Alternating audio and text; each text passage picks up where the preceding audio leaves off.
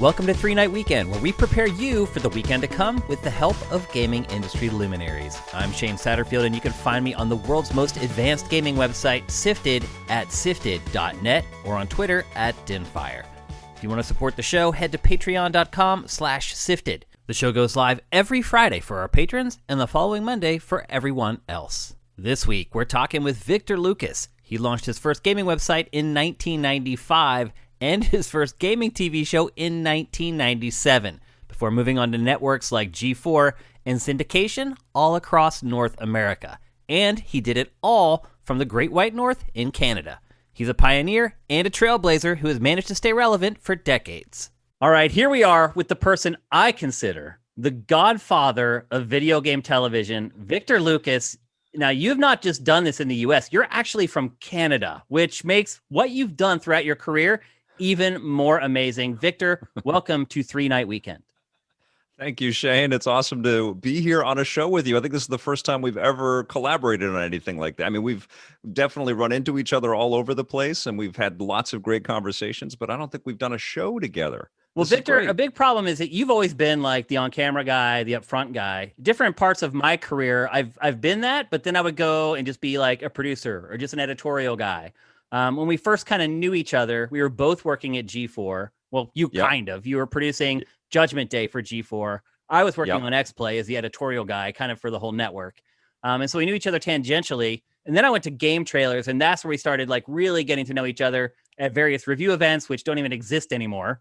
But all the big games, you and I would get together after we play it and have a drink and just kind of sit and talk about the industry, things that were going on, particularly related to sort of television, gaming television, and video production inside the industry, because that's a thing that you and I have always had in common from day one. So being from Canada, which I think for a lot of American gamers, they don't really understand what it was like maybe growing up being a gamer in Canada. Did you guys get like all the same consoles? Like, did you get like the Atari 2600 and the Intellivision and the ColecoVision? And were you getting all those consoles like the same time we were getting them here in the US? Yeah, absolutely. One of the benefits of, living in Canada and growing up in Canada, we have socialized medicine and socialized education. Mm-hmm. And both of those are really beneficial in terms of giving everybody kind of an even footing economically and giving you social skills, integrating into the community. And there's also this built-in kind of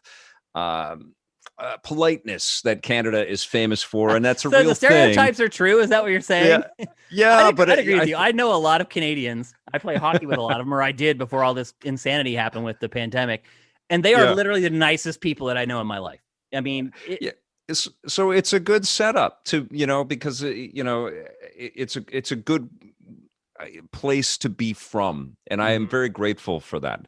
My mom moved us from the east coast of Canada, from Ontario to Vancouver, BC, which was kind of like the frontier of Canada. It's kind of, it's a big city in the grand scope of things, but I grew up in the 80s, and it certainly wasn't the size and scale that it is now. It wasn't quite the Hollywood North that it is now, and famous for its skiing and for all of the celebrities that come through here.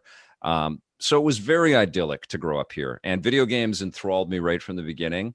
I was just blown away by, entertainment in general. Star Wars was incredibly influential for me, and Superman the movie, and Indiana Jones, and the Alien movie, like all of that stuff. Sound like an American 80s kid to me. Yeah, I mean, we're all coming up with the same thing. And that's the other side of that, is that we get this kind of, social grounding living in Canada, but we also get the incredible media that permeates from America. We get all the American stations. They were all across all of our cable packages, and with rabbit ears, we could get all the Washington stations as well. And so we got this kind of pop culture dunk, but it wasn't quite as dog eat dog as I think a lot of American cities can be, and quite as aggressive. And so, I got all of the education and all the perks of what was happening in entertainment in the U.S., but I also, I think I have a collaborative nature, as many Canadians do. Like, it's built in me to kind of find a way to work with people. And I think that helped me quite a bit when I was having conversations with broadcasters Hmm. and sponsored partners. And quite funnily enough, funnily enough, I don't know if funnily is a word, but I like it. funny enough, I we actually needed we got American broadcasters to sign on with Electric Playground first in the 90s, in the mid 90s, and because we got American broadcasters that wanted the show, we were able to loop in Canadian broadcasters Hmm. because they would say, "Well, wait, you guys are selling the show into Canada already? Oh my god, okay, oh yeah, we'll take it," and then they Uh-huh. would have a contract prepared for us, and so we actually had a U.S. placement in syndication in a bunch of different stations down the west coast of the U.S. Prior to us locking down a national string of stations in Canada. And I think it was just, uh, you know, I I was an actor before this, and I Oh, was a you were. waiter. Let's Yeah. talk about how you got into games. So, Okay. did you go? What did you go to? Did you go to college? Did you? Yeah, I went to the University of Victoria in Victoria, BC, in Canada here, and I took theater as my major, Okay, and then I took English as my minor, and I was thinking that's about the perfect potential. combo for what you ended up doing. Yeah, and I didn't quite know that Yeah, at the because time. I really focused on acting, and I actually Hmm. got in trouble while I was in the theater department there because I was acting all the time. I was in a lot of scenes, and a lot of the fourth year students in the theater department were also directing their own little movies and their own stage stuff, and they kept casting me in things. It was incredibly gratifying and flattering to be kind of in demand as an actor. As you know, I just had started in theater there at the university. But you're supposed to really sort of soak it all up. You're supposed to go in and learn about costume and Hmm. stagecraft, and I didn't give that much attention. And I got some admonishment. Some people got a little bit angry with me that I didn't do that.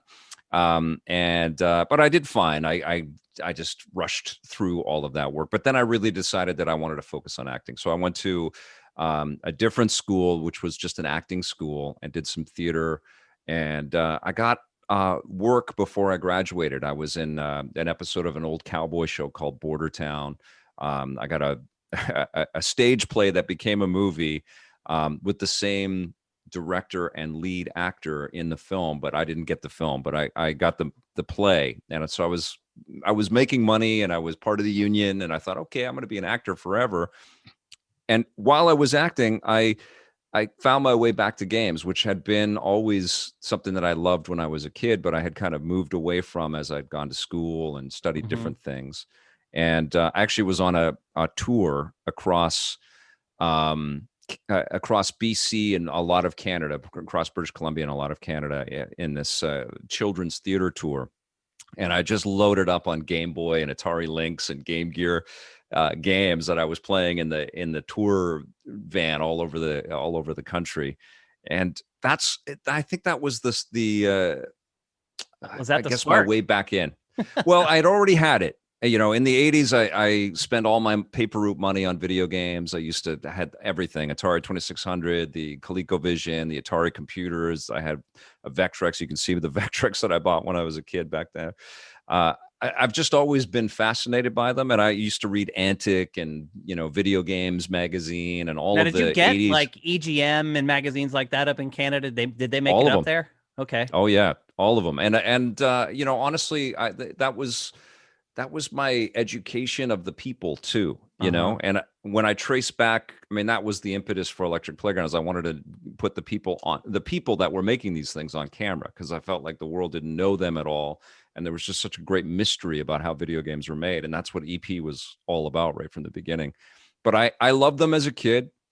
I took a little bit of a break as I went through, sort of work, and I was in school a bit, and then I came back as an actor. And I used to use video games and make my acting teachers laugh. That I would pull emotion from how I was playing these games into scenes and to things that I Interesting. would do, and I'd be super angry, and they'd say, "Well, where did you get that?" Well, so I was playing something last night, and I just couldn't beat this boss, and it was just driving me crazy, and That's great. I channeled that. Uh-huh. And so it was a great kind of, I guess, a marriage of everything. But had I known when I was in theater school and university that I was going to become a producer and I was going to be in charge of a team of people and focused on all the minutia as you have been, I might have taken all of the behind the scenes Might stuff a have little bit focused more on some of seriously. the other stuff a little Yeah. more, right?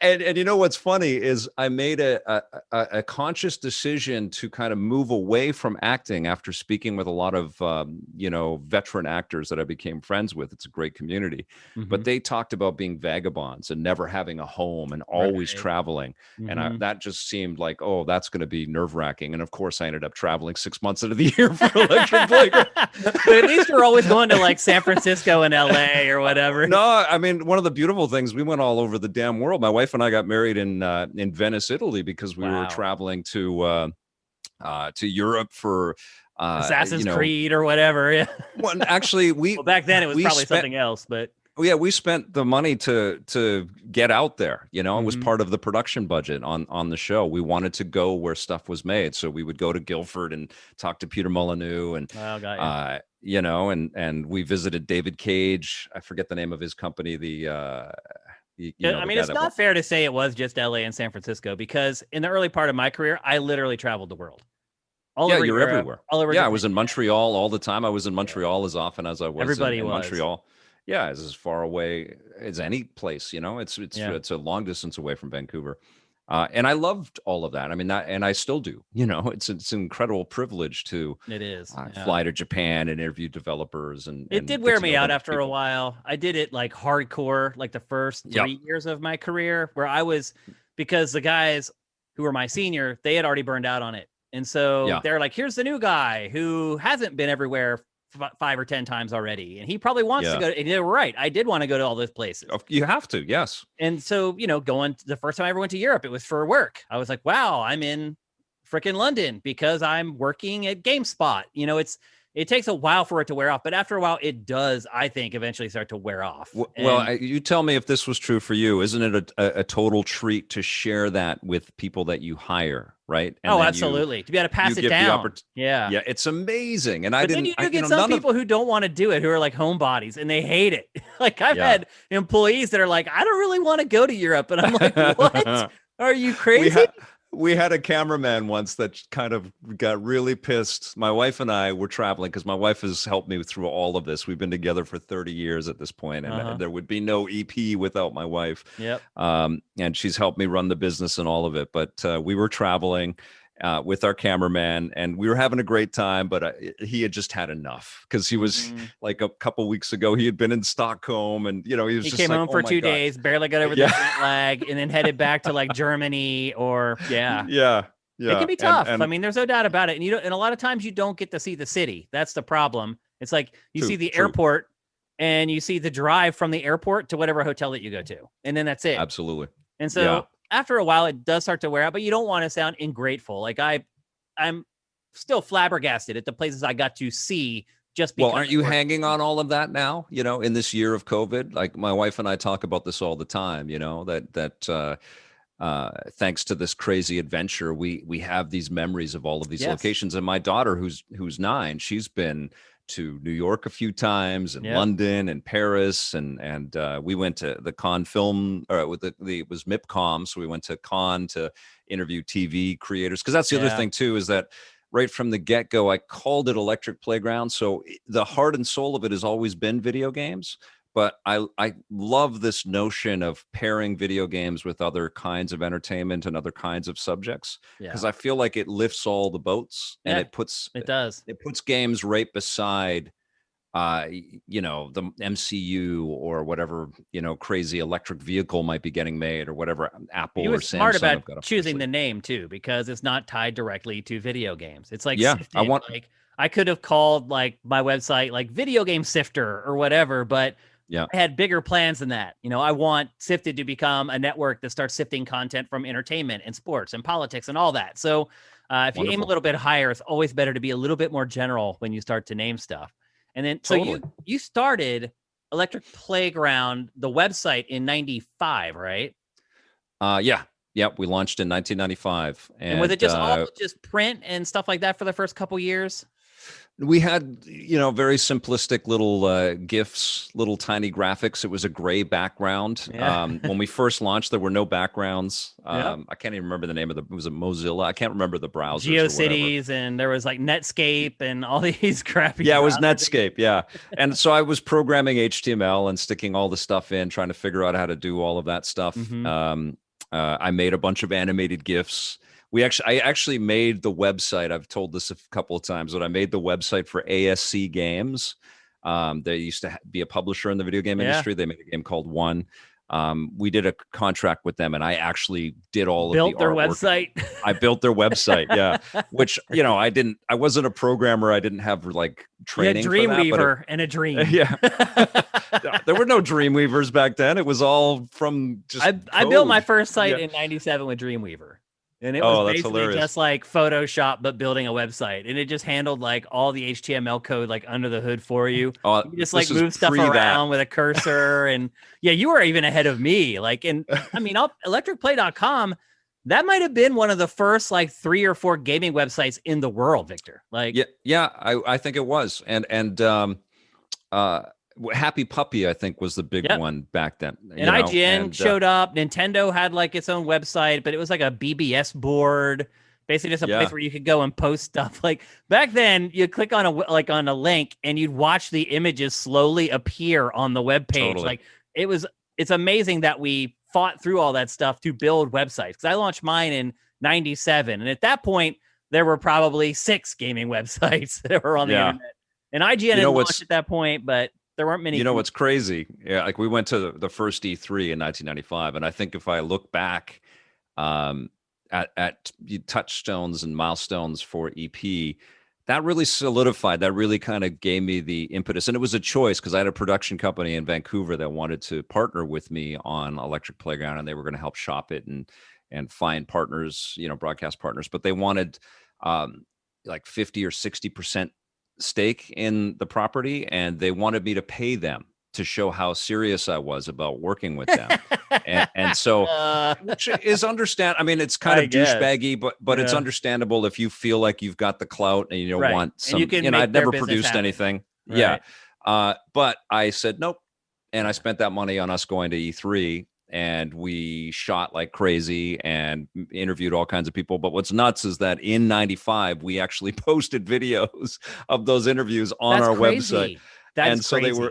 they took forever, and they were postage stamp size, but you could watch, I met John Tobias and Ed Boon then and talked to them about Mortal Kombat on the Super Nintendo. I mean, you may have some of the only video footage of E3 '95, the first E3. Literally. Yeah. I mean, we had a real broadcast team for hours running around, and it was amazing. It was incredible. My first E3 was the one. I have the best archive on earth, Shane. I'm convinced of it in this space. I bet you do. And what drives me crazy is the apathy that I constantly encounter from people that should know better. Yeah. And I have lots of discussions with people that are wanting to build networks and want to go big with, and it drives me nuts. And that's, honestly, that's why I just say, I go down the road a little bit, and then I just say, well, now I can create the content I want to create and put it out there. You should start publishing some of that stuff. Make sure you're watermarking it so people can't snag it. Because I guess we should be doing that. You're the only archive. Like maybe even launch like a new channel that's like EP Retro or something like that. You know what I want to do is partner with a group that can really do it justice. Because it's work, and people ask me to post all the stuff all the time. It's legwork. I don't want to just throw it up there. I want to have it all database properly. I want to be able to have people search for specific locations and companies and people. I want to integrate it into new material, but that's the other side too, man. Like, I don't want to just be thought of as somebody that made stuff before. I like making new things. Yep. And I look at what's out there, and I think there's tons of room for the way that I make things, Yep. And I also keep hearing that people don't want TV on the web, and they want stuff that's whatever. But everybody's just trying to reverse engineer television and find a way to get as close to TV as they can afford and put on the web and without the and kids on YouTube. thinking that it's linear television. Yeah, but it is. It's almost like there's a backlash against production values online. A little bit, and I get it a bit. It's almost like but the more dirty it looks, the more people like it. It's Well, kind then of you look at somebody strange. like Cape MKHB, and some of the and even Linus Tech Tips. They spend a fortune on some of their content, and they've bought a They've lot done of well. But you look yeah, at they've like bought a something lot like of No Clip, their production values are great. And they do yeah, fine, but yeah, it's like one of their videos does 60,000 views and then here's some dude that just played Zelda with one arm behind his back and it does 8 million views. Like, yeah, and it's like he has videos down in the corner this big, like the size of a postage stamp, and like the videos like poorly, captured, and it just doesn't matter. It's an interesting landscape that we're in, but we'll get to all that. So you yeah, launched the TV show in '97, which is just insane. Like, yeah. because I ended up going to GameSpot in 2000 out of college. It was my first job. Moved out to San Francisco, and at GameSpot we were like supposedly we were like we were driving trailblazing video coverage for games, and like our video reviews were like me sitting in front of a camera for like 30 minutes talking about a game just off the top of my head. Like I had Yeah. bullet points and I was just like, this is what I remember from these bullet points, and there was no structure to them. The B-roll was just random B-roll running, but at the time, like that was the cutting edge stuff. Meanwhile, up in Canada, you had been making a TV show for like 3 years already. Yeah. How did Yeah, you how did you do that? And how did you get it like on television in 1997? That's crazy. Well, you know what I did is I had, I'm pretty good at making a logical argument for something. I've Okay. always had that ability to kind of sit down with people and I pull myself out of the conversation and try to figure out how to make something work. Or And figure also out how to tell them what they want to hear. a little bit, I can Yeah. think back to, my school age years, and I didn't really struggle through it. And I watched my brother have a lot of issues and some of my friends, but it just Mhm. felt like if you're just reasonable, and I think that's what it is. I just like be reasonable with people and have a little bit of understanding of what they want. And honestly, that's what I would say to anybody that's pitching anything is just, really question what you can do for them because you're going to be solving a problem, right? Mhm. And so I just went and had discussions with broadcasters and different potential production partners, and nobody knew anything about this space, And I was very clear, it was very clear to me that it was, you know, this interesting environment, but it hadn't been tapped into, and that was the opportunity. And that opportunity, frankly, still exists, and people are still freaked out and shocked about how to access this kind of information or present this kind of information, which is shocking to me 25 years later, quite frankly. Yeah. But I would just, I'd run them through the size economically of the business. I would say there are 20 different monthly magazines covering video games right now that you can walk into a store and pick up. They're basically television programs about every other thing that people are into, but there is Mhm. nothing really diving deep into this.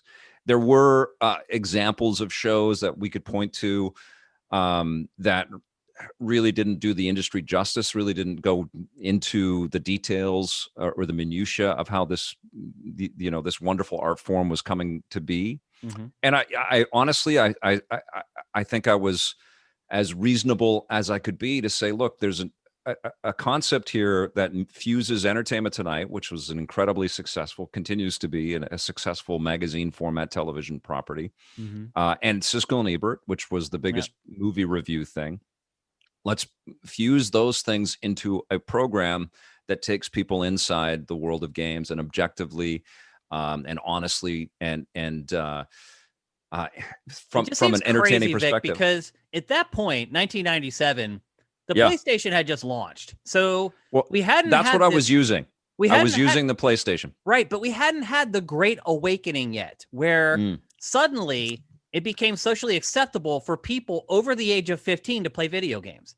Well, Suddenly, Shane, I'll tell with you the this, brother. PlayStation, there were M-rated games, there were games that adults only Yes. were supposed to play, and Well, you and that managed was to part of sell it too. this Yeah, before well, the. that was part of it because I would walk into rooms and people that weren't buying those magazines every month had this very clear idea in their mind that video games were sprite based and 2D and everything kind of looked similar. Mhm. And we kind of had hit a ceiling and saturated the market with games that had a fidelity that was, now we can appreciate a lot more of the artistry in Sure. retrospect. But back Mhm. then it felt like, It was okay, played we're out. Yeah. yeah, we'd seen a lot of that.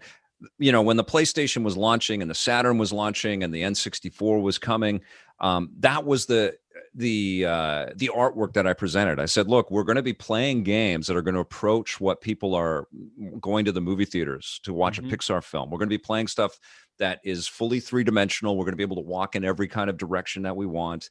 We're going to have all kinds of new mobility, and there's going to be a real artistry to the stories that they're going to tell. There should be television programming that it works with this footage and these people and presents these stories. And people heard that, and they saw the numbers, and they saw the magazine covers and all of that information.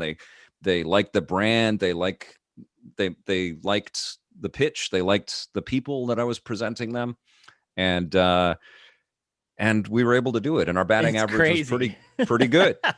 We not only were able to bring in broadcasters, but also sponsors, which were incredibly important back then as well. Yeah. And what was cool, one of our stations was KBHK in San Francisco, and I still have the TV guide.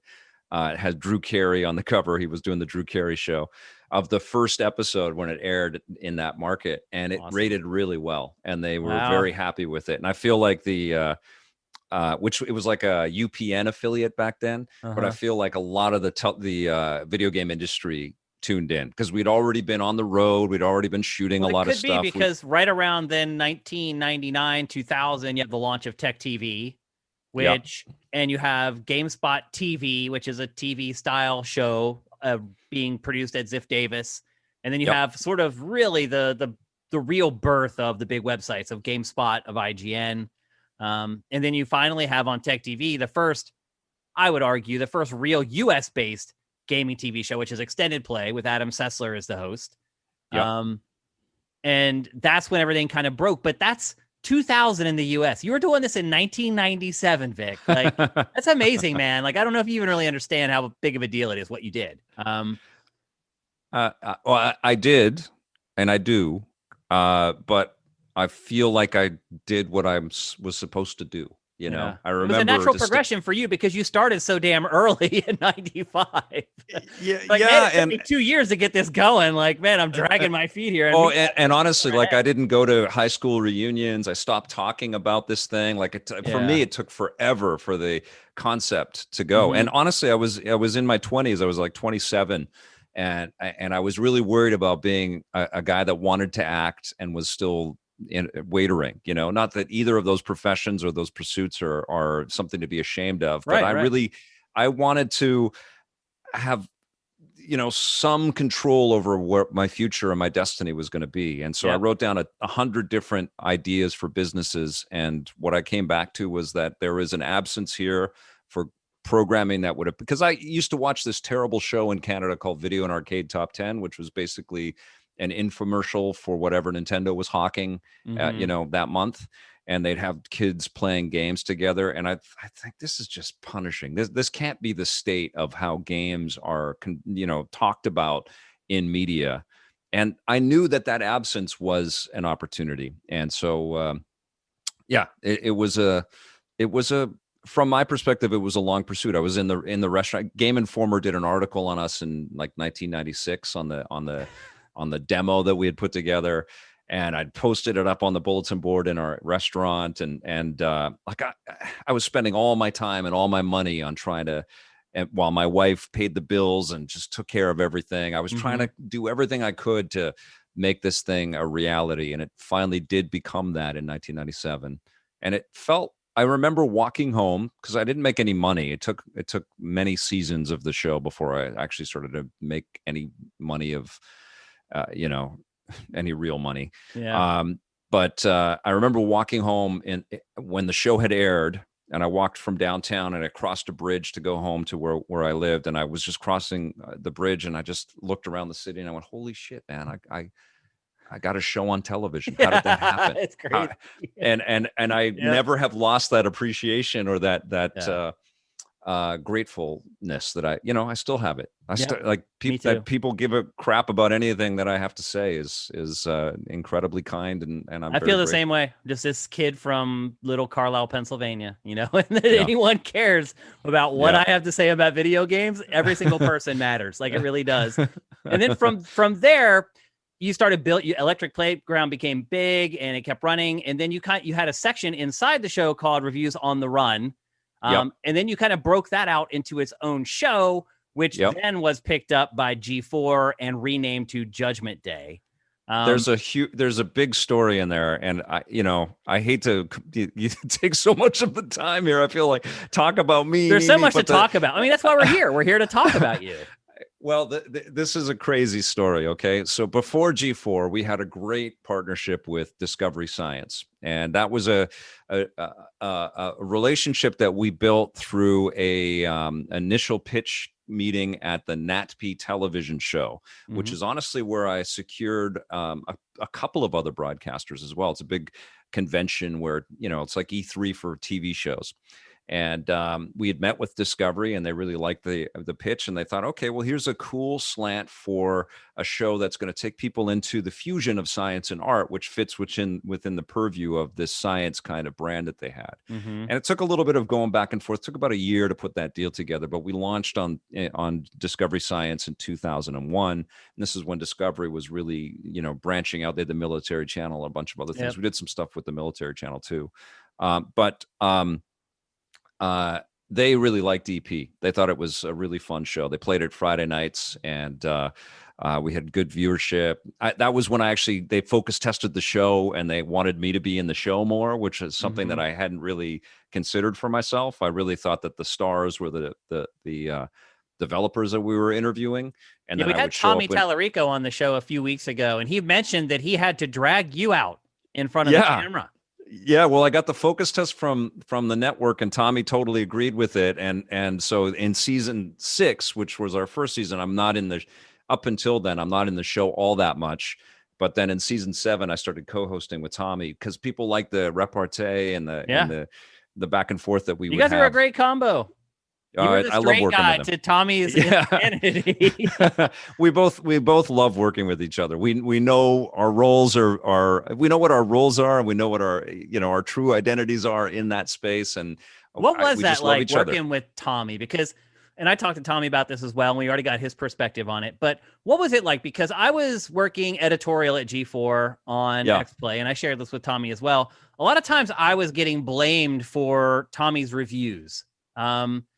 I was the visible editorial person working at G4, and a lot of people just assumed that his opinions were a part of X-Play or a part of G4 in general. And so a lot of times we had to answer for his reviews and his review scores, which, I think some people would say we're kind of out there compared to what people were seeing on X-Play or they were seeing on GameSpot or IGN at the time. He had his own way of looking at games. And I think that's what made the show work, because you were sort of the more traditional guy who looked at games the same way that X-Play did or GameSpot or IGN. Tommy was kind of the guy who just kind of looked at a game and was like, I like that or I don't like it, and just kind of had more knee-jerk reactions maybe to games than more of a thoughtful reaction. What was that like, kind of working with someone else who had such differing opinions than you on games? Well, it's a bunch of things. First of all, it was frustrating and maddening sometimes, just as working with, because you can see it. You would let it go on camera. And I think that's what made the show great, was watching your reaction sometimes to his opinions on games that you obviously were not in agreement with. But here's what I understood then, and more and more understand more fully now, is that Tommy had this really cool perspective on the way that he looked at video games because he made them. And he didn't review the game with any kind of sense of awe. There was not this extra layer of like, oh, the magic is here. Right. He always reviewed them with a real understanding of the mechanics that and the know-how that went into them. And so none of the stuff that I think can cloud us as journalists and as fans, people that have never made games but love them. He didn't have that. He had the insider's perspective on that. But I also really understood and appreciated that there are a lot of people that play games casually, and they play them to escape stuff for a little while. They don't play 80 hours of a JRPG. They wouldn't suffer the intricacies of Knights of the Old Republic.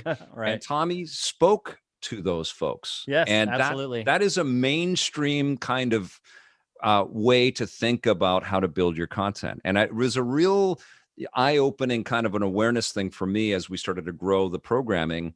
That's what we're supposed to do with the show, is appeal to as many people as Yep. possible, not just focus in on, what we all, in our community kind of agree on, but to bring people in. And so Yep. people, and that's what I did when Reviews on the Run eventually went daily, is I looked to put teams together that had a great relationship, but had their own perspectives. And I really understood that every individual that was going to be on the show reviewing content was going to find their own, they're not just fans, but people that kind of identified with their tastes and their Right. choices. And I kept really kind of, Kind of like the review crew on EGM, where they'd have yeah, like one guy who wrote the big review, and then they'd give like a blurb to 3 other people who maybe didn't yeah, play the whole game, but they played a yes, good bit of it. And they're like, right. this is in one paragraph what I think about the game. And a lot of times it clashed with the guy who wrote the main review in EGM.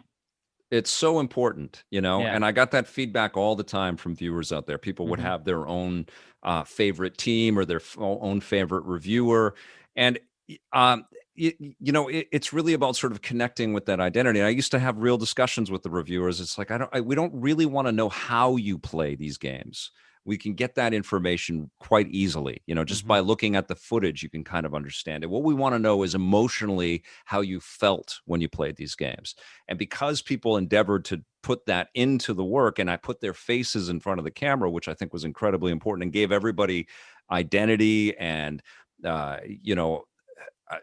like intrinsic value as an individual within the content, which I think is something that the video game industry really struggles with, both in the manufacture of content, of game content, and in the editorial around game content. I think that people should get that moment to kind of put themselves beside what they're talking about a little bit more, Okay. I would argue that that's but kind of what happens now, that it's kind of swung almost too far in the well, other direction, where it's more now about it's the person now than the game. Well, what's happened now is everybody's got a channel, right? But Mhm. we had this beautiful, built-in family, that people got to know, and we all appreciated it. But I appreciated it more than everybody because I knew how precious it was, and I was also having to do all the deals behind the scenes, and I knew how tenuous it was, and Yeah. I knew how precious it was. Yep. But I also have a recent anecdote about this as well. I just had David Jaffe on my podcast, on Vic's Basement, my podcast, and Jaffe reminds me a lot of Tommy Tellerico. He is very similar. You're right. Yeah. no bullshit guy, Yeah. and he wants none of this, putting people on pedestals BS. Yeah. He doesn't want the hero worship. He doesn't want it for himself. It makes him feel uncomfortable, and he doesn't want it for the rest of the game development community. He wants it to feel more like they're craftspeople and they have jobs to do, and it takes an army to build this stuff. And I'm of a mind that we need to kind of know the individuals so we can have some familiarity with the humans, but also the work that it takes. But that really struck me, and I think Tommy brought that into the content that he makes. And what I would say to your listeners is to, because I still get notes.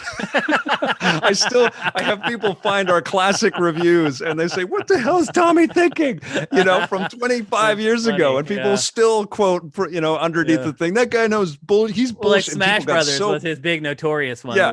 I didn't like Gave Smash like a Brothers. 3 out of 10. I didn't like it either when it first came out. Nintendo was I wasn't so a big fan of it either, but I could appreciate what it was, and I could look beyond the fact that I didn't enjoy it to understand that other people are going to really, really like it. And I think Tommy was just like, it sucks, 3 out of 10. Like, that's what I remember about it anyway. Our challenge that particular week is, I think we looked at a new Dead or Alive fighting game, and then we had Smash Brothers, and that'll do it. So it was like, why does this exist? It was like, it just didn't hit with us. It took me a few iterations of the game for me to kind of appreciate it. But even on the show, you liked it a lot more than Tommy did. Not on that particular episode. I thought you did.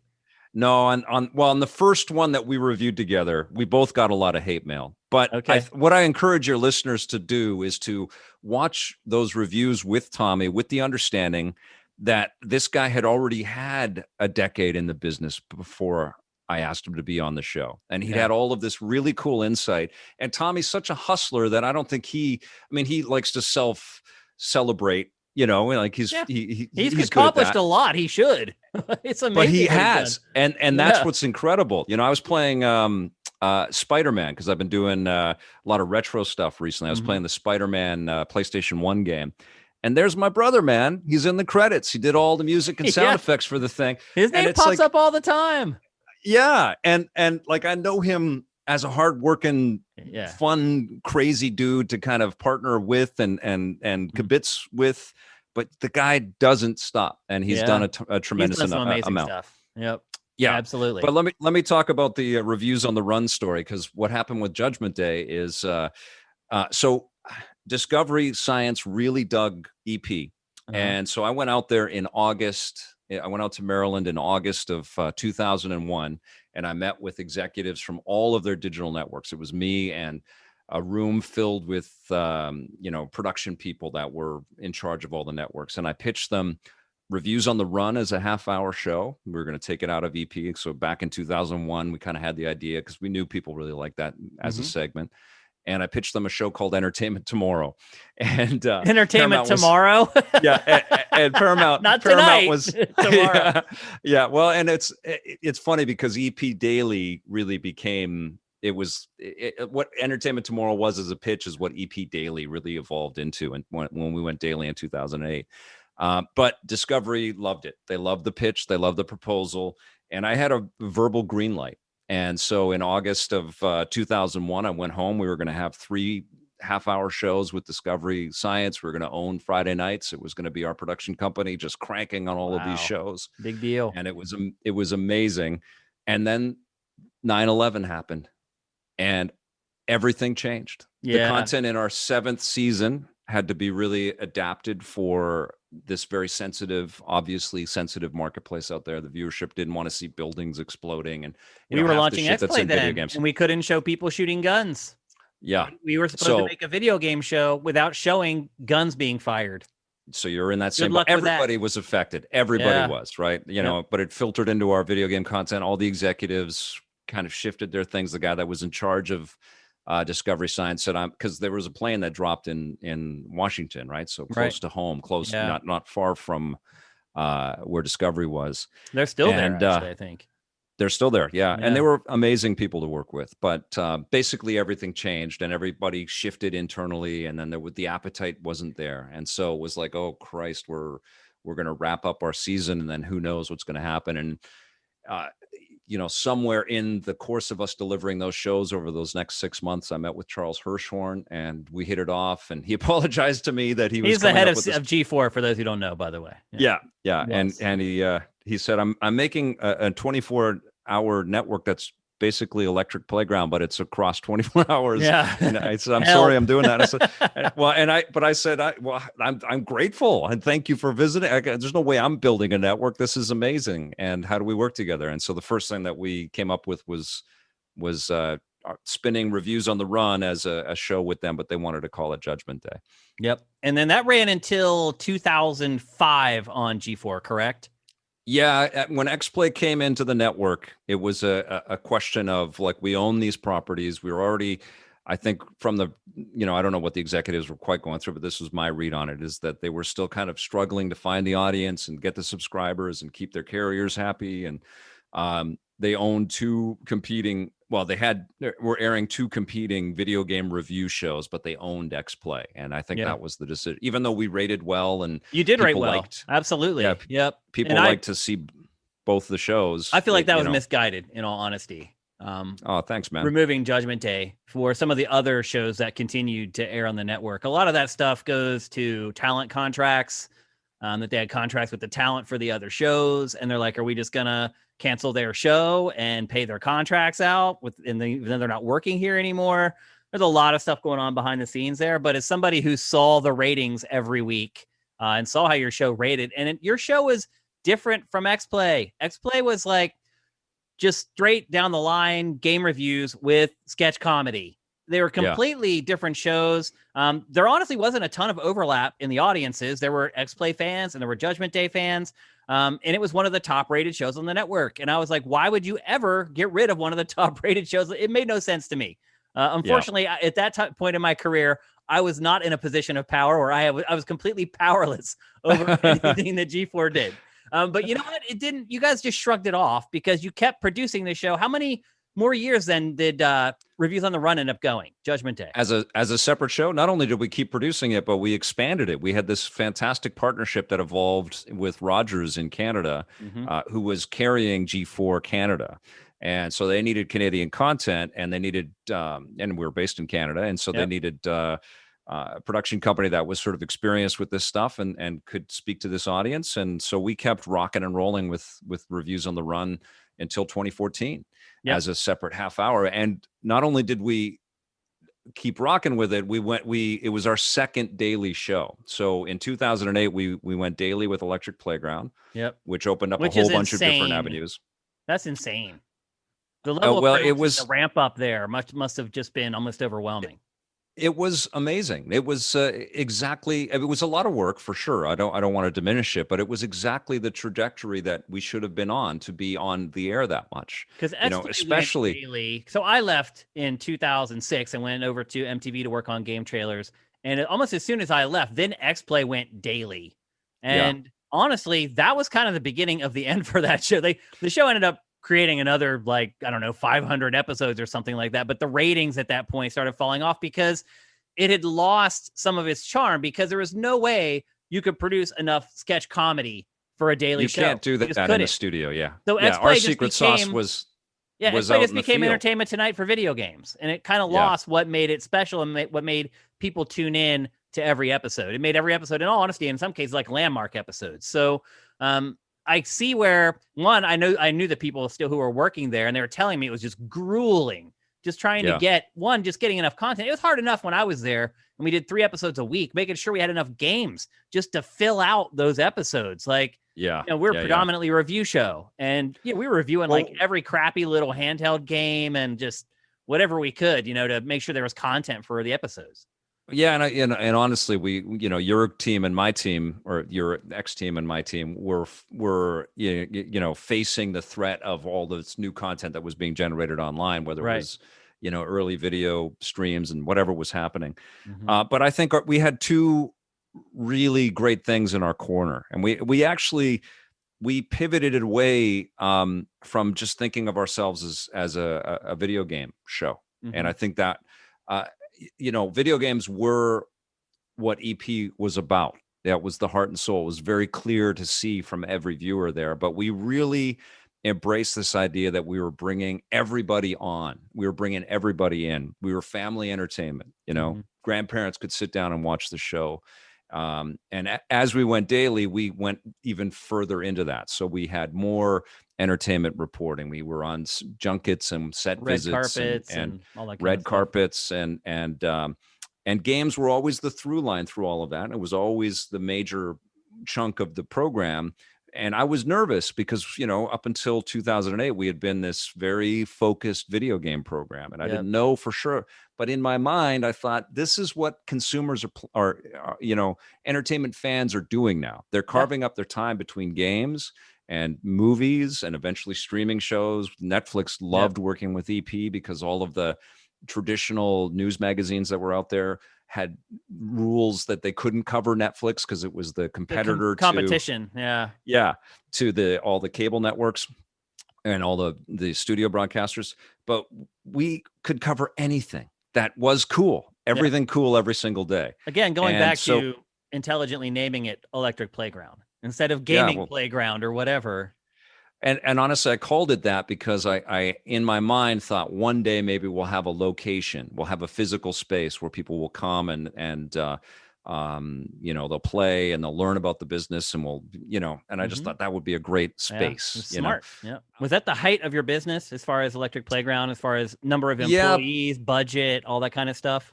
Yep. We had a sustained sort of production budget. And then also we were really rocking with behind the scenes documentaries as well, because we were out in the field all the time. Right. So we were doing a lot of, we did the making of Arkham Asylum and the making of Metal Gear Solid 4.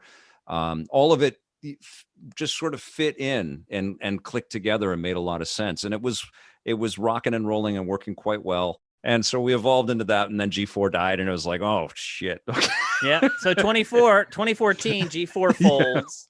Yeah. And that's also when Reviews on the Run, I guess that's when it ended its run, correct? Yeah. Well, I knew that they were going to go, that it was going to fold in 2012. And I had one of the execs, I can't remember who You knew told that me. G4 was going to fold in 2012? Yeah. Yeah. And I knew I knew that it was bad for games. And I still think that it's bad for Yeah, games. it is. Games had an ESPN, you know, Yeah. they had this brand that could stretch across media to kind of focus all eyes. It's just like E3, like for these people that are running E3 to squander this opportunity for whatever reason. I don't know the details, but for the business and the E3 people to not see eye to eye to make this an incredibly important thing in North America is ridiculous. It is. And it's Yeah. very analogous to what happened with G4. And I hope that the new G4 can kind of find its way to bring everybody back together again, because I think there is still a place for well composed, interesting, intelligent, entertaining conversation around all of this stuff. And I knew that once G4 it became public that G4 was going away and all of these different sort of internal things became external, that it was going to be bad news for us. And that was really freaking hard for me, man. It was really hard. It was hard to let go of people because we'd been on this upward path for a very long time. Yep. That's also And where the internet was YouTube just happening. really started taking over. Exactly. I mean, YouTube killed game trailers, Yeah. game trailers folded around the same time. And Yeah, but what's so stupid is that the broadcasters could have just said, you know what, let's work with, especially when you're dealing with information. It's not like you can lock information. You can lock entertainment, and you can kind of get people to pay for entertainment, but information should be shared. And if you've got access to information, then you don't kind of put it behind a walled garden. And Viacom really struggled with that. It was insane. well, yeah, You can't. Viacom was suing YouTube for like $3 billion.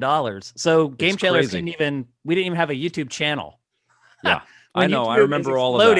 exploding, it was crazy. We had a deal with the broadcaster that wouldn't let us put our stuff online until a week after it had aired on TV. And we were a daily show. We're talking about topical things with the news in it. And I mean, we struggle with that ourselves right now because we're supported by Patreon and our subscribers at sifted.net. And it's a very fine line to walk between, okay, how long is the right delay? Because if it's too long, your subscribers and your patrons are okay, but then the content isn't timely. If it's too short, your subscribers and your patrons get angry because they're like, what am I paying for this for if it's going up on YouTube 2 days later? So it's a tough line to walk. You alluded to the relaunch of G4. How do you think that's going to go? I don't know yet. I have had some discussions with them. I would like to find a way to work with them. I feel like we should, but I don't know if we're going to.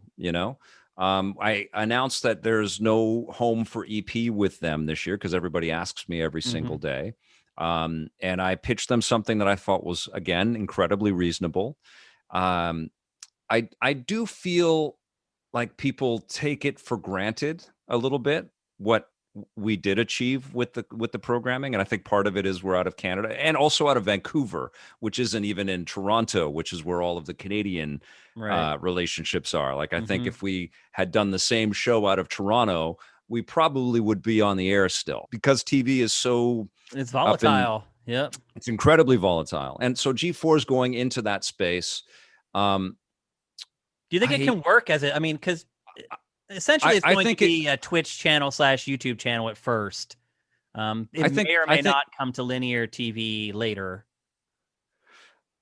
I really wish I was working with them right now on more than just making them a show, because I learned a hell of a lot, and I don't want to be an executive. I want to be a person that's at a network. I want to be a person that's building content and shepherding great talent and great conversation, and still being kind of like an ambassador out to a world that still shrugs its shoulders. Like, truthfully, so much content in games doesn't register or matter to people. And I think that's the secret to G4 succeeding. If they're just trying to sort of be an additive to what's already out there, they're going to get kind of washed away by the amount of choice that's available to people. But Have if you they watched are, Venn at all?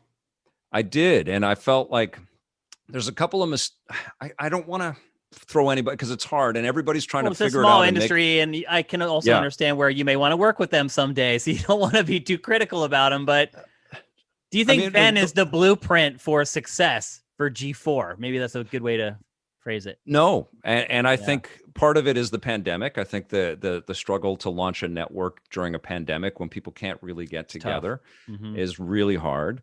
But I also feel like don't cut off your demographic.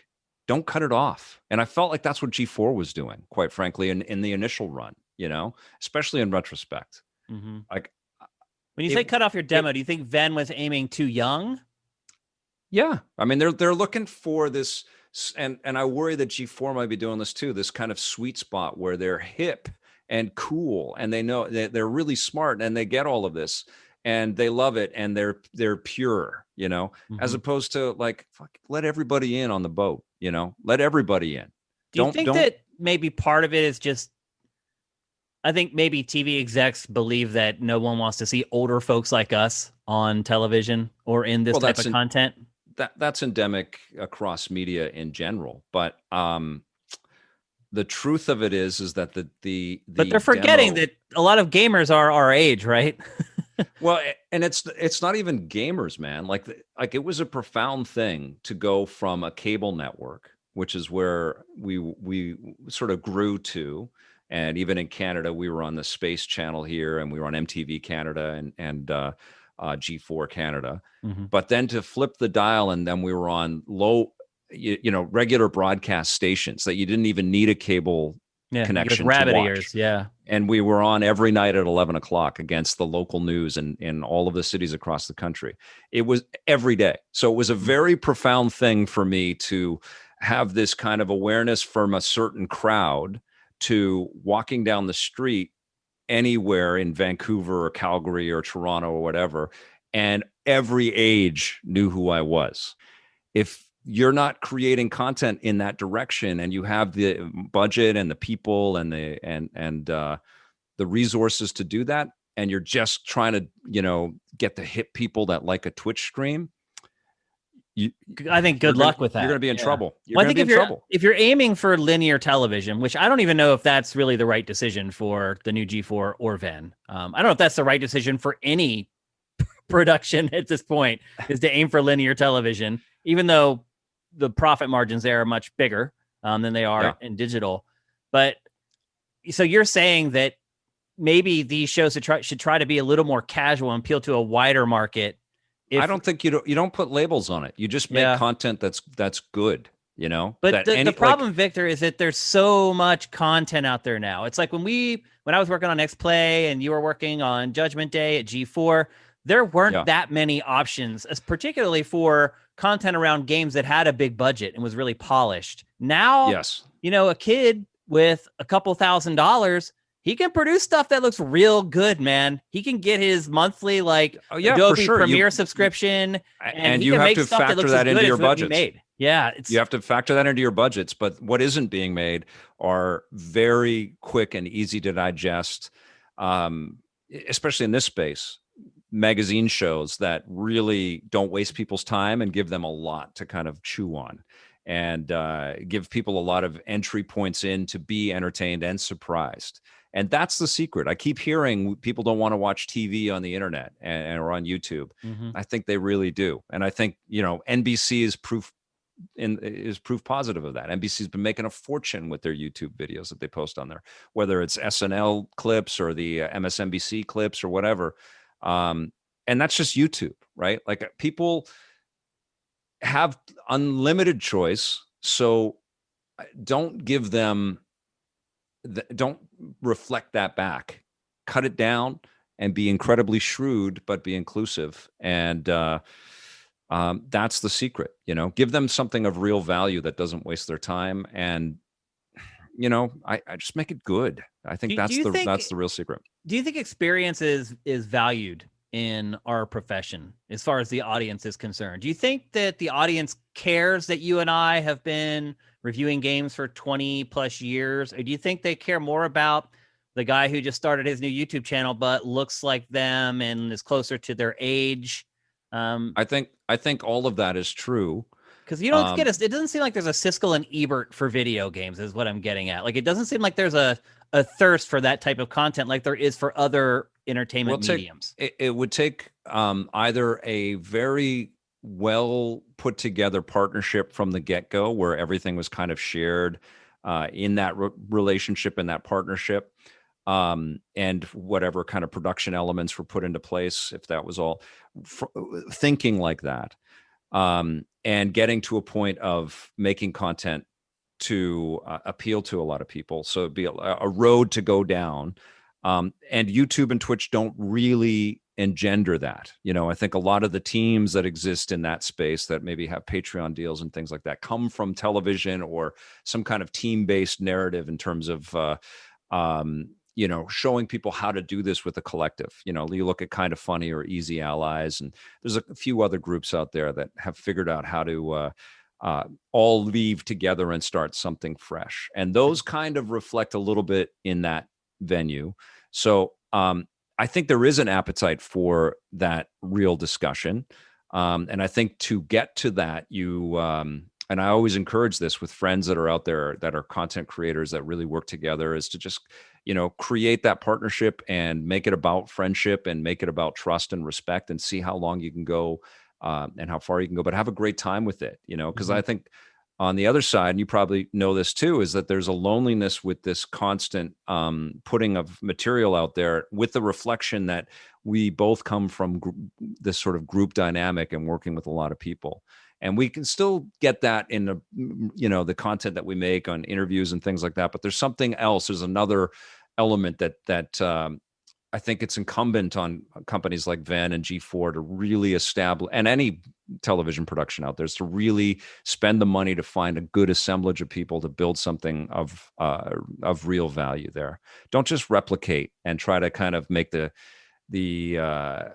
TV friendly living room version of what everybody's already watching, and try to fake that. I think you should Which I would endeavor argue to, is what Venn has been. yeah. Well, and I think by virtue of the fact that they've had to produce and launch based on dates in the middle of a pandemic, I think Yeah, they've it doesn't done, help. yeah, I think they've done as good as they can. Plus, it hurts, I think, to be based out of LA. To be, I just think it does, because and this is what people at G4 told me back in the day, is your budgets are pitted against what everybody else in town is paying, and if you don't have the ad dollars or the subscription to justify those expenses, I think budget definitely comes into play.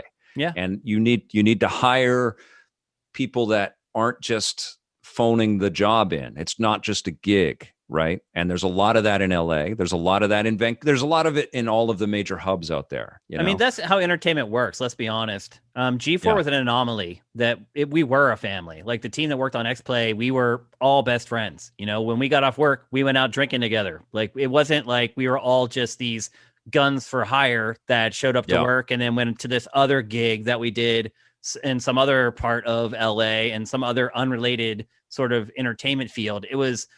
We worked together every day, all day. And even when we were done working all day together, we still wanted to spend time with each other afterwards. And you're right, that does come through in the content. And I feel like, at least in Venn in particular, I think the way they approached it was, hey, how many followers do each of these people have on social media? We add them all up. If we get 15% of their people showing up, that's a high rating. And it just doesn't really work that way, because you're right. You don't have that sort of family feeling in the content where these people are legitimately tight with each other and vibe off of each other in a natural way. Yeah. And I think that is one thing that YouTube has done, is it has taught the viewer how to spot that, how to spot the fake, and how to figure out if these people really like each other, really vibe off of each other, or if they've just been thrown together as kind of this potpourri of talent or social media followings, and trying to generate an audience from it. So I think there's been a lot of good that's come out of things like YouTube and Twitch, but I also think it's made it inherently more difficult for operations like G4 and Venn to succeed. Yeah. Because you're right, with the way the production model works in LA in particular, that's just not how it is. Nobody is like full time. Nobody is like coming into the office at 8 in the morning and leaving at 7 p.m. That's just not how it works here anymore. And I think it is counterproductive to creating content that this new audience really will care about. So Yeah, I mean the only way to overcome that is to be really focused on the direction of the show, and to make yeah, something really special. If a show like The Queen's Gambit can come out and be just a blockbuster around the world, yeah, I believe that good programming about anything can come out and be very successful, agreed. You can make a show about right? chess that everybody wants to watch. And there's Yeah, honestly a million different examples of that. What there isn't a million of is good programming that's really focused and smartly put together. And I honestly believe that by narrow casting it just to games, you're also, this is coming from a true blue guy that yeah, bleeds, nerd juice. pixels. Okay, Yeah, yeah, I bleed pixels. Yeah, like I love this industry and I love video games, but I feel like the best way to communicate around games is to pit them right beside everything else that people consume, except for the garbage, gossipy shit. There's right. enough of that. You don't need to throw that into your game coverage. You need to throw the beautiful craftsmanship, the artistry of movies and television and comics and all these other things that draw people's fascination and attention, and you put games right beside that. That's what EP became, and Mm-hmm. I didn't know that, brother. Like it took me a long time to learn that. And when I saw the ratings, like one of the amazing things about our syndication deal, when we were making EP Daily, and we had these distributors that were a good job at placing us, didn't do a good job at bringing in revenue, mostly also because a lot of ad dollars were shifting to YouTube, and also Mm-hmm. we were, an independent production company. We weren't owned by Paramount or whatever. But I saw that people were watching the show and it was rating well, and then more people would be with the show in its second 15 minutes.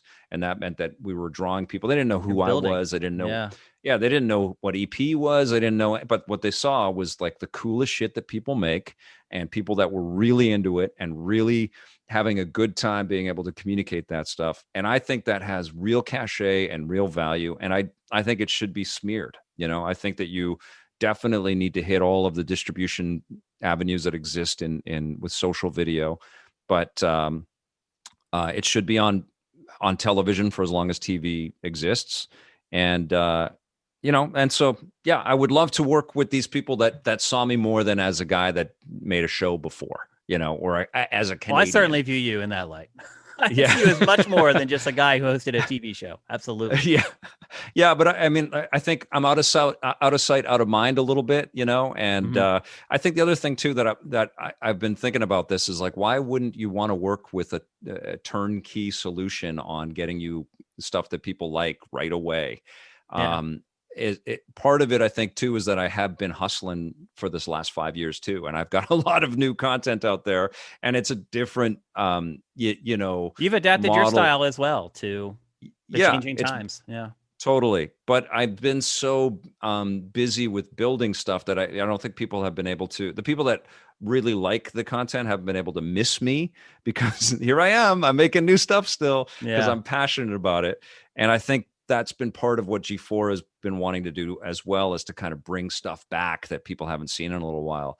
And, because I've definitely been reflecting on it. It's like, well, why they have their own things that are going on, which I don't envy. It's not I just easy wonder how to long that build all this. nostalgia play will sustain is my big question. It's like the first Well, week, exactly. sure. Hey, here's Kevin and maybe Olivia doing Attack of the Show again. Hey, here's Adam doing X Play again. But ultimately, it's going to be the shows that bring them Yeah. back again for week 2 and week 3 and on and on and on. So, And the only, I saw this with X Play a little bit too, especially as it went daily, is that there was a lot of what was the rumor site? Right now it's Reset Era, but what was it back then? NeoGaf back then. Yeah, I felt like X Play was like in a competition with NeoGaf in terms of Yeah. trying to break stuff.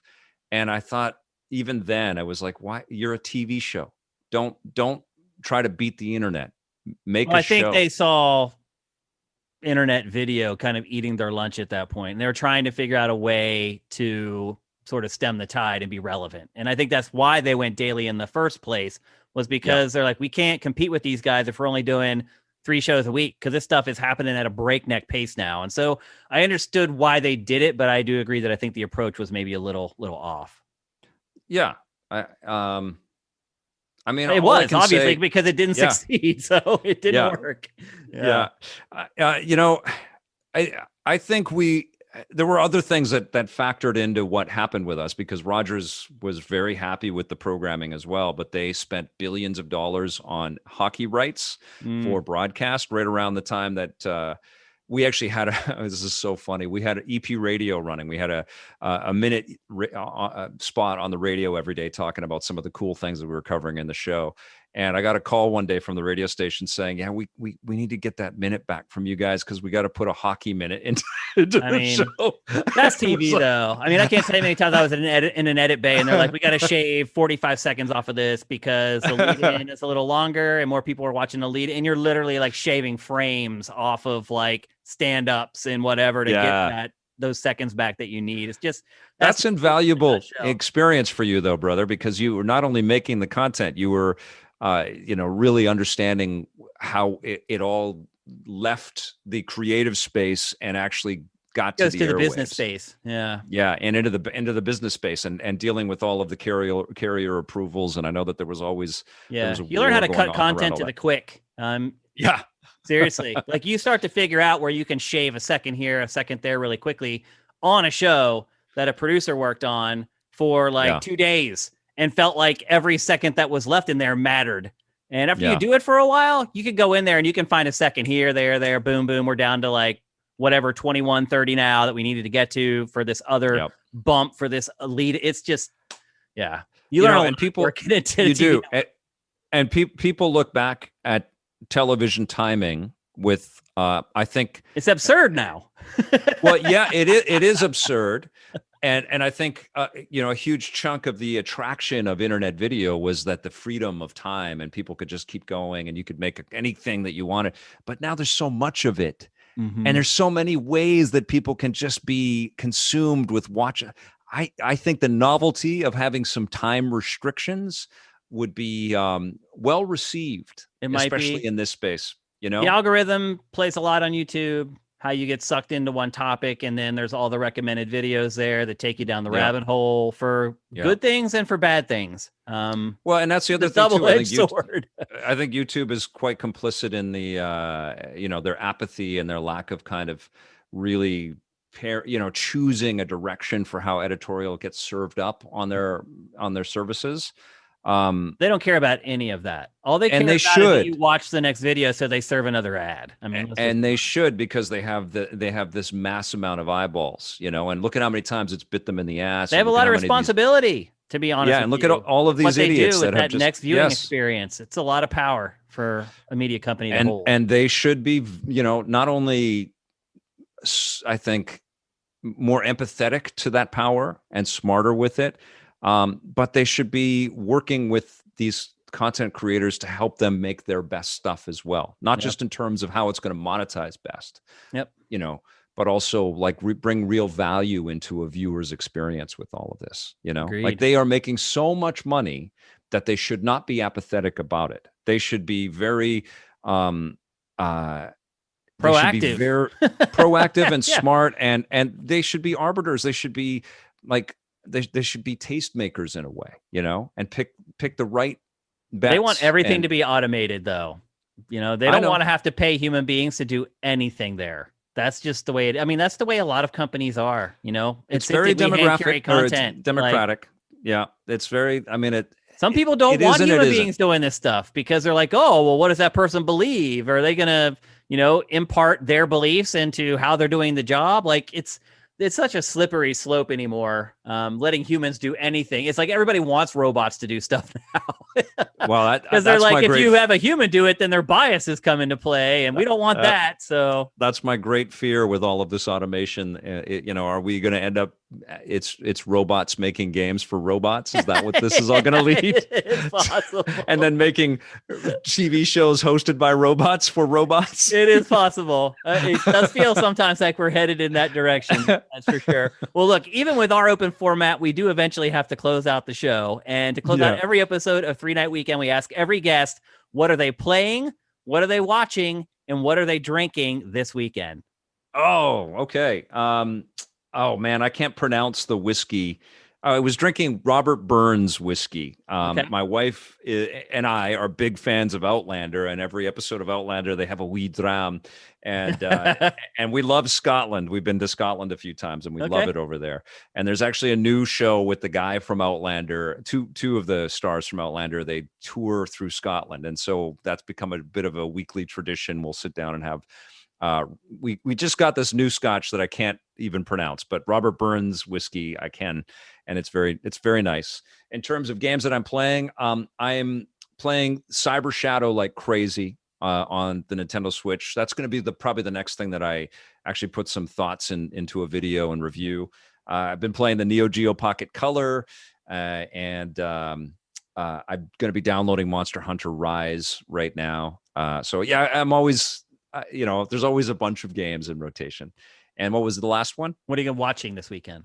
What am I watching? Falcon and the Winter Soldier. Absolutely love it. And I guess Men in Kilts is the show that I watch with my wife. Great. And Vic, where can people find you? Where can they find you on Twitter, your YouTube channel, all that sort of stuff? Okay, well, on Twitter, it's Victor_Lucas. And on YouTube, our YouTube channel is EPN TV. So it's youtube.com/EPN TV. And our show and Electric Playground info page is epn.tv. All right, Victor, I literally could have talked to you about the industry for another 2 hours. I really could. It's always fascinating to speak with you about this because your experience is so vast and so varied. But unfortunately, we have to close it out. But thank you so much for joining us, and we really appreciate it.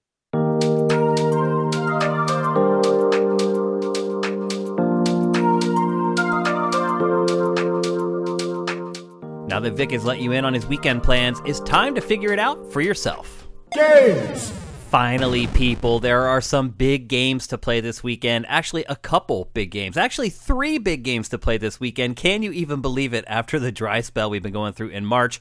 First up, Monster Hunter Rise, the brand new Monster Hunter game. It is a Switch exclusive, built for the Switch, I would add. It looks and plays great. Initial reviews have been sky high. Next up, It Takes Two, the next game from Joseph Fuck the Oscars Fares, is yet another clever cooperative game. Again, for this game, reviews sky high, 9.0 Metacritic right now. Pretty shocking to be honest, though I did draft it in my video game fantasy league, so I'm pretty happy about that. And next up, a third big game coming out this weekend, Balan Wonderworld, which is a brand new game from Yuji Naka. Wasn't too impressed with that with the beta that we played, but we only got to play a slice of the game, so we're hoping that maybe as we get deeper, it will get better. And also, Tony Hawk's Pro Skater 1 and 2 launches for PlayStation 5 and Xbox Series consoles this weekend. And then finally, JRPG Octopath Traveler launches for Xbox platforms. TV and film! A little bit of a slow weekend for TV and film, but with all those games, who's going to be watching any of this stuff anyway? First up, The Irregulars Season 1 launches on Netflix. It's set in the Sherlock Holmes universe, and it focuses on a bunch of street kids who solve street crimes. Certainly a more modern twist on an old IP. Next up, The Mighty Ducks Game Changers Season 1 debuts on Disney+. The show actually doesn't follow the Mighty Ducks because the Mighty Ducks have turned into a bunch of scumbags. They have become sort of the epitome of the competitive youth sports culture, and the show focuses on a group of players who break away from the team to start their own squad. Next is Bad Trip, which is a movie that debuts on Netflix. It's a road trip comedy starring Eric Andre. And then finally this weekend, Tina, a biopic about the popular singer Tina Turner, launches on HBO Max. Music! Not a lot of mainstream releases this weekend as far as albums are concerned, but some pretty good indie stuff. First up, Juju, which is actually one of Ryan Stevens from Game Trailers Day's favorite bands, It has a new album this week called Oh No. They're very hard to describe. They're dark and strange and experimental, but if you're a fan of a lot of other indie bands, there are guest appearances up and down the track list on this album. One thing I would say about this group is some songs are amazing and some songs can be hard to listen to, but certainly something unique and probably something like you've never heard before. Next up, a band called Floating Points. They haven't released an album in a really long time, and the new album is called Promises, and it's actually kind of a fusion of their music, which is like downbeat, mellow, electronic stuff, kind of like The Orb, and jazz. In fact, some huge jazz musicians are playing on this. It is getting really high reviews from critics.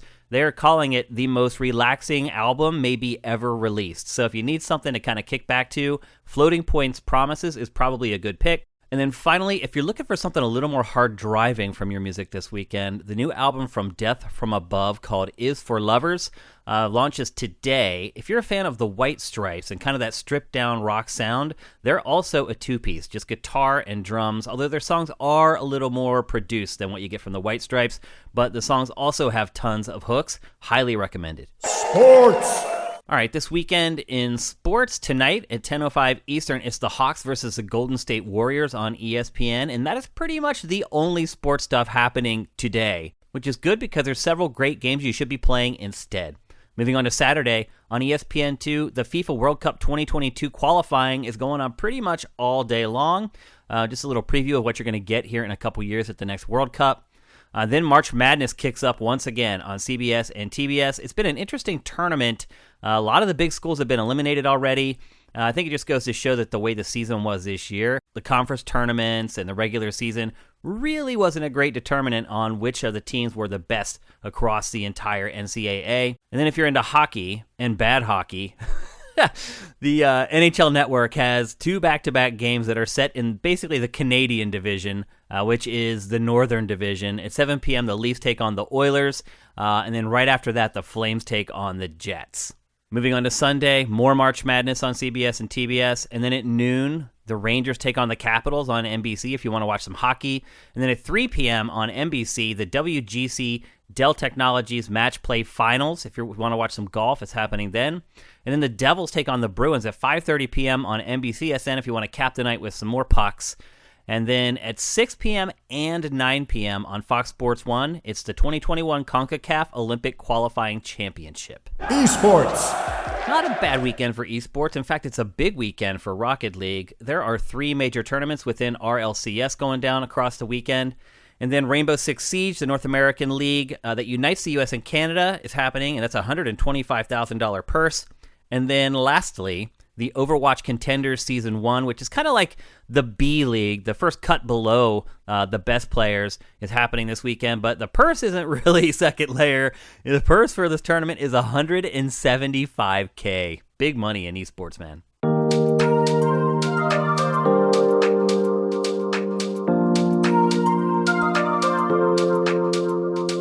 All right, thanks for checking out 3 Night Weekend on Sifted Games at sifted.net. A huge thanks to Victor Lucas for taking some time out of his busy schedule to speak with me. If you want to get it when it's hot and fresh, head to patreon.com/sifted and give us a pledge.